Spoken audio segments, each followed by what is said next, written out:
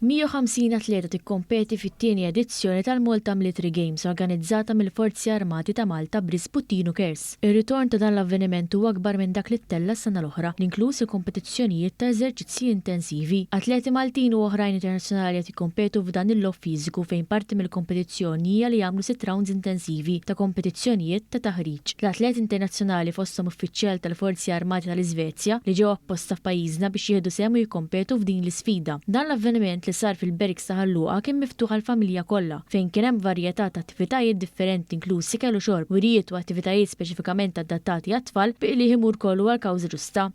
Tkellimna mal-kaptan Kayli Gelfo dwar din l-attività. Il-Malta Military Games hija tiġi organizzata mill-Forzi Armati ta' Malta.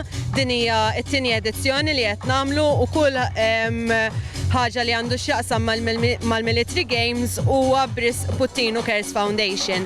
Din is-sena għandna 51 teams qed jieħdu sem u ftaħna diviżjoni li hija għall-militari biss. Għandna tim mill-Iżvezja u tim mill-Forzi Armati ta' Malta tieħdu sem ukoll. Tkellimna wkoll ma' atleta li ħasem. At the moment the competition have been very well planned. The organization is very nice. All the teams are organized in a very good way. So for the moment I'm very happy with what we have been doing here.